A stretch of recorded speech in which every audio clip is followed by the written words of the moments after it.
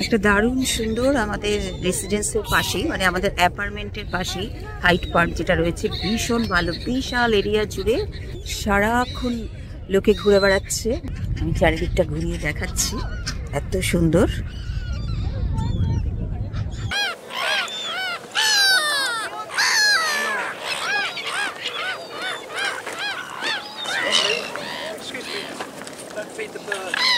Sign over there. It's bad for the birds, okay? So please don't. Thank you.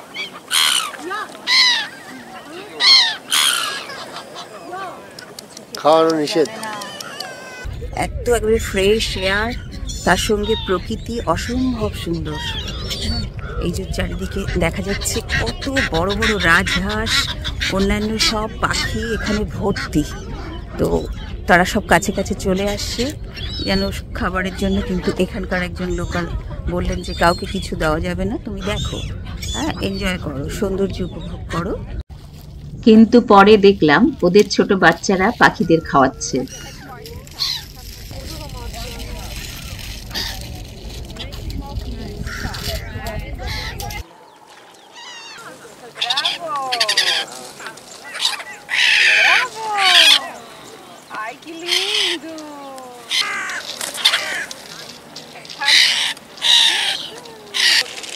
Break small pieces, fine. Break it.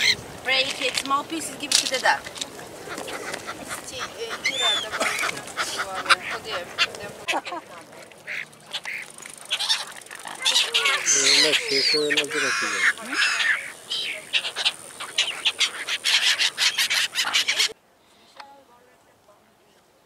মাঠের মধ্যে পামকিনের একটা বিশাল model দেখতে পাওয়া যাচ্ছে, কৌতূহলবশত সেদিকে এগোলাম। কালকে একটু বৃষ্টি পড়ছিল ঝিরঝির, কিন্তু আজকে সেই সব কোনো প্রবলেম নেই।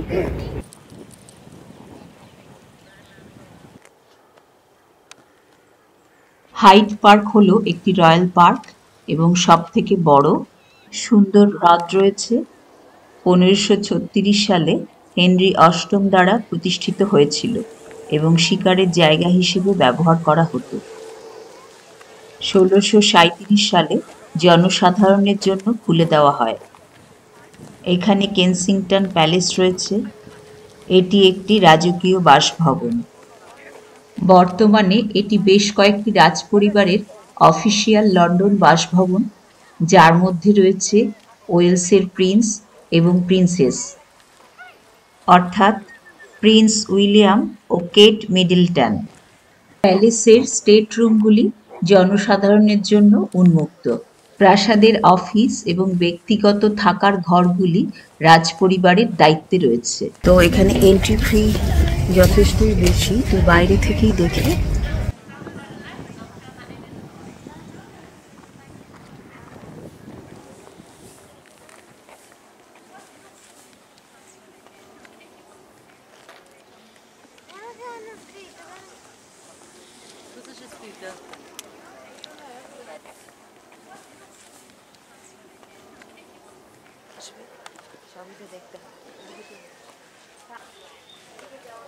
পরের গন্তব্য কেমব্রিজ ইউনিভার্সিটি। প্ল্যাটফর্মে এসে গেছি, কেমব্রিজ যাবো, এখানে টিকিট চেক করছে। কোন ট্রেনে করে যাব সেটাই খুঁজে নিলাম।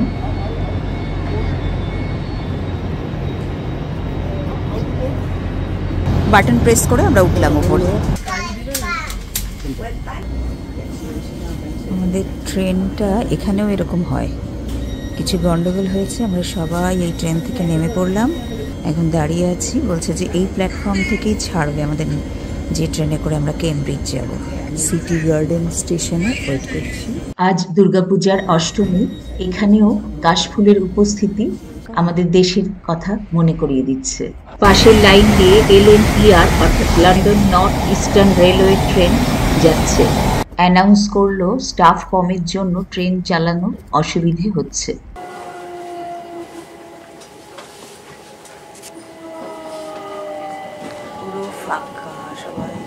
কুমড়ো চাষ হচ্ছে। এখানে এখানেও একটা ইউনিভার্সিটি আছে, এখানে কেমব্রিজ যাওয়ার পথে। আবার এগুলো কি চড়ছে, ভেড়া। টোপোগ্রাফিটা দারুণ সুন্দর। আমরা গ্রামের সাইডে যাচ্ছি। এই যে ট্রেনের ভেতরটা নর্দার্ন। আমাদের ট্রেনটা প্রচন্ড ফাস্ট ট্রেন। দুপুরবেলা, এখন লোকজন নেই, একেবারে ফাঁকা। তাই এসে গেল রয়স্টন। We are now approaching Cambridge, our final destination.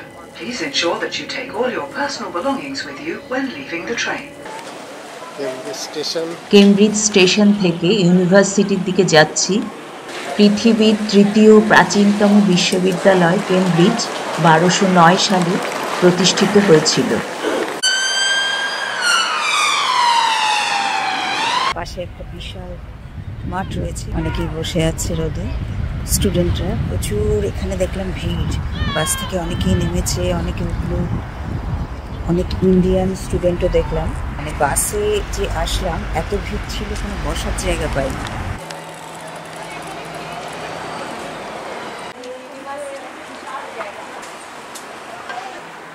আমাদের পরিচিত একজন এখানকার স্টুডেন্ট, তার সাথে কিছুক্ষণ সময় কাটালাম।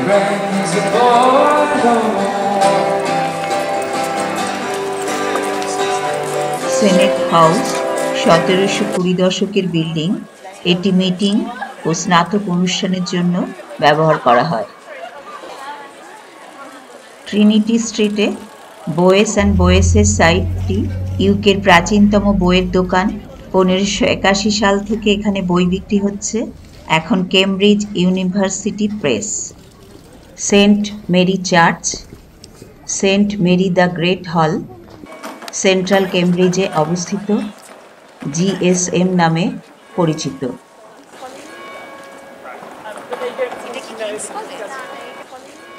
ট্রিনিটি লেন দিয়ে আমরা হাঁটছি। ট্রিনিটি কলেজে 1957 থেকে 1963 সাল পর্যন্ত অমর্ত্য সেন স্টুডেন্ট ছিলেন।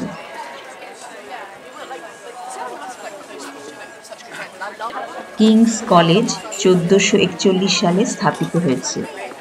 কিংস প্যারেড হল সেন্ট্রাল কেমব্রিজের একটি রাস্তা। এটি কেমব্রিজের একটি প্রধান পর্যটন এলাকা। কিংস কলেজের প্রধান গেট, সামনে লাল post box. Corpus clock, chronophage clock নামেও পরিচিত, ইংল্যান্ডের কেমব্রিজের কর্পাস ক্রিস্টি কলেজের একটি টাইম পিস। এখানে একটি ফড়িংয়ের মডেল দেখা যাচ্ছে, যেটি প্রতি মিনিটে তার চোয়াল বন্ধ করে খেয়ে ফেলছে, অর্থাৎ সময় চলে যাচ্ছে। ঘোরাঘুরি করে খুব খিদে পেয়েছে। একটা ইন্ডিয়ান রেস্টুরেন্টে ঢুকলাম। চিকেনের প্রিপারেশনটা ভালোই ছিল, তবে সব থেকে ভালো লেগেছে মাশরুম। প্রচণ্ড ভিড়, অনেকে সিট না পেয়ে দাঁড়িয়ে রয়েছে। হাইড পার্ক অ্যাপার্টমেন্ট থেকে লন্ডনের দক্ষিণ পূর্বে অবস্থিত গ্রিনিচ শহরে যাচ্ছি। রয়্যাল অবজারভেটরি গ্রিনিচের ওপর দিয়ে মূল মধ্যরেখার বিস্তার, যা এতদিন বইতে পড়েছি, নিজের চোখে দেখে ভালো করে বুঝে নেব। রয়্যাল অবজারভেটরি যাওয়ার পথে ডান দিকে দেখলাম ন্যাশনাল মেরিটাইম মিউজিয়াম। পরে সময় পেলে যাব। এটাতে এন্ট্রি ফি লাগবে না। গ্রিনিচ পার্কের ভেতর দিয়ে হাঁটছি। রয়্যাল অবজারভেটরি গ্রিনিচের দিকে যাচ্ছি। পার্কের ভেতরে টিলা রয়েছে, সেই টিলার চূড়োতে অবস্থিত। গ্রিনিচ দ্রাঘিমা রেখাকে মূল মধ্যরেখা অর্থাৎ 0 ডিগ্রি ধরার ইতিহাসটা একটু জেনে নেই।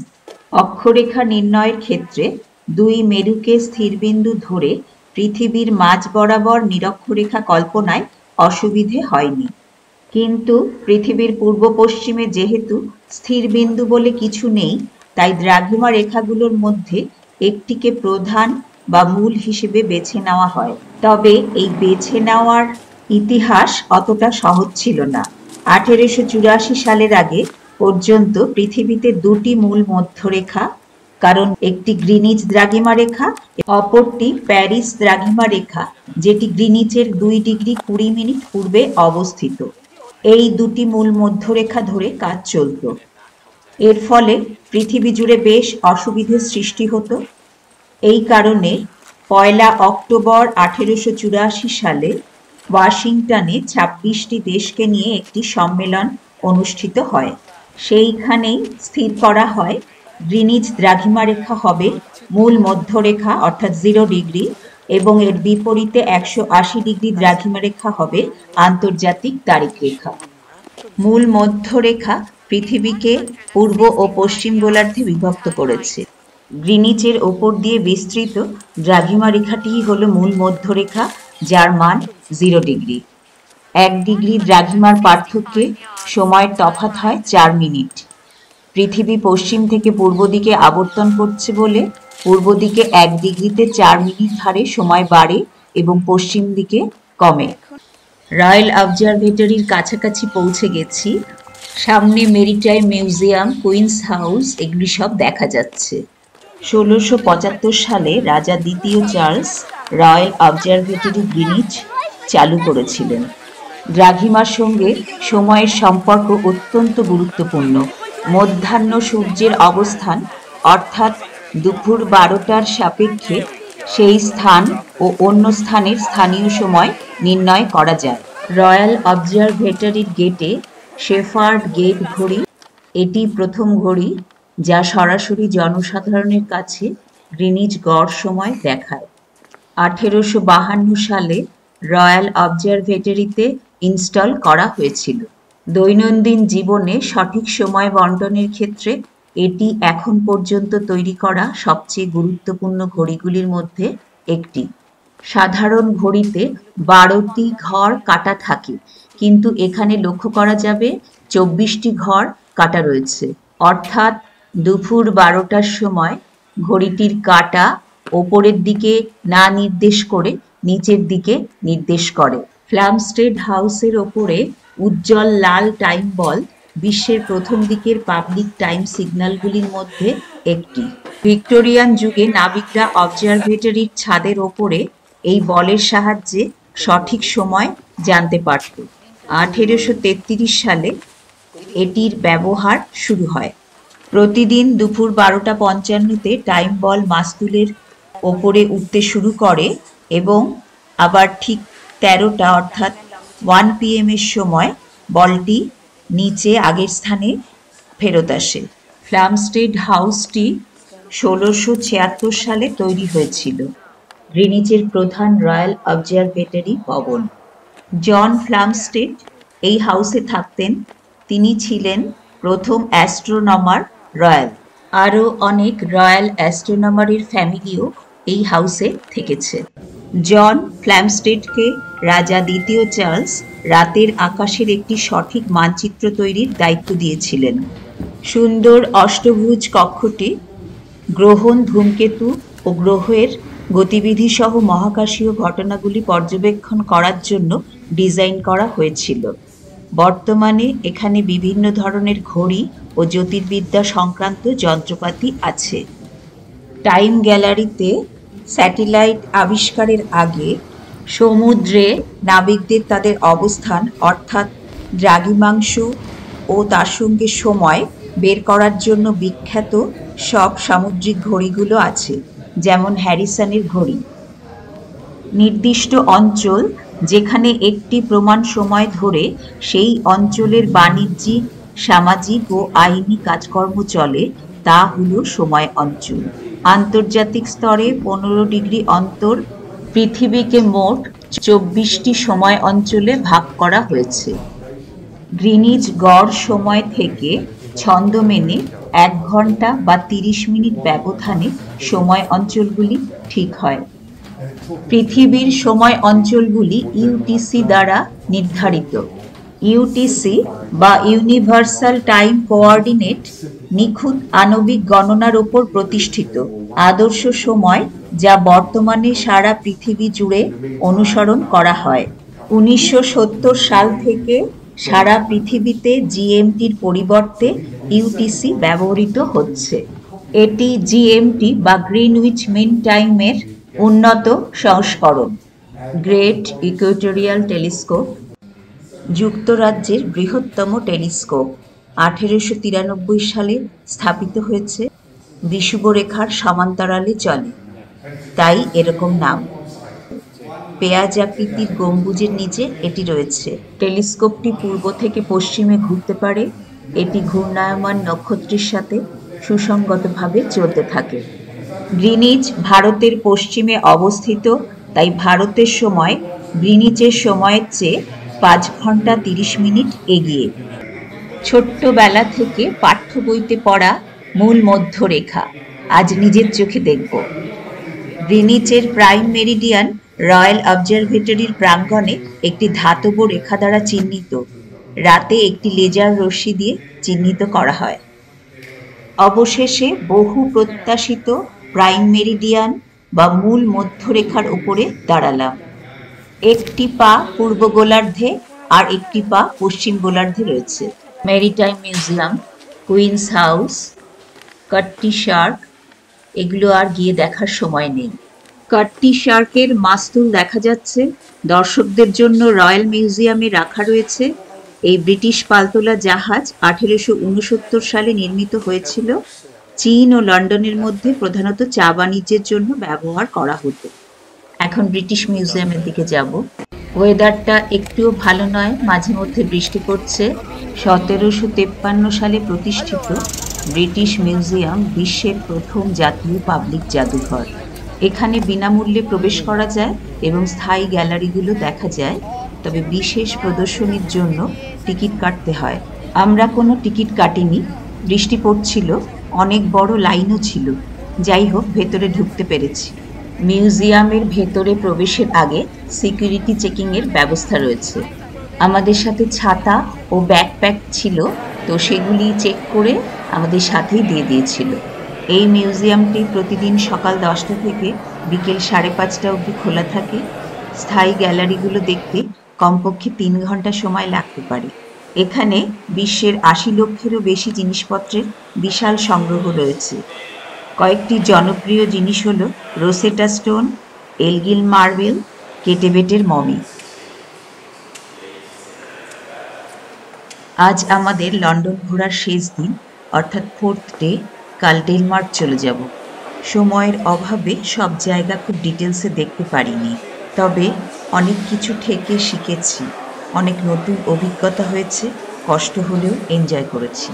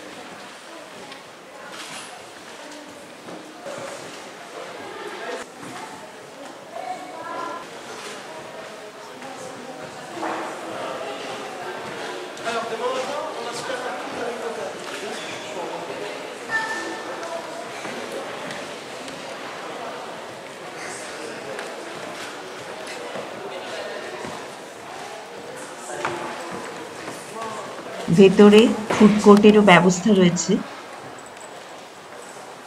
এই যে চারিদিকে লন্ডনের সব ভিডিও আমি করে দেখাচ্ছি, কি ব্যস্ত সমস্ত সব ডাবল ডেকারগুলো যাচ্ছে। আমরা এখন টোটেনহাম কোর্ট রোড স্টেশনের দিকে যাচ্ছি, মেট্রো চড়বো অর্থাৎ টিউব রেল, সেই দিকেই এগোচ্ছি। ব্রিটিশ মিউজিয়াম থেকে বেরিয়ে এসেছি, এখন 9 মিনিট হেঁটে এখানে আসলাম টোটেনহাম কোর্ট রোড স্টেশন। ওখান থেকে আমাদের ইনভারনেস টেরাস, যেখানে আমাদের অ্যাপার্টমেন্ট, সেখানকার জন্য ট্রেনে চাপতে হবে, মেট্রো বা টিউব রেল, সেটাতে উঠবো টোটেনহাম থেকে কুইন্সওয়ে যাব।